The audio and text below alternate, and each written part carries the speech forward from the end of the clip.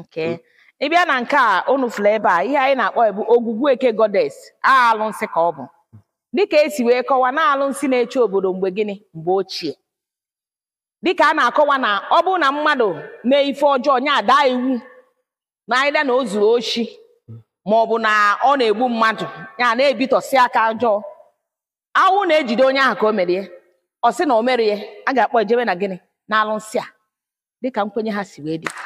Ọnwụ oyi na alụnsị eme gịnị egbuo ya. You know that na the thing ka dị wee ruo tata aka na-eje na alụnsị eme gịnị aṅụ iyi.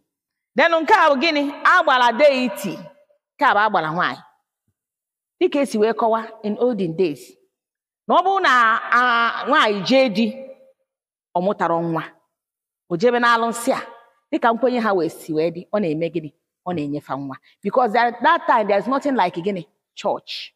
Yes. Then nke a bụ ikenga.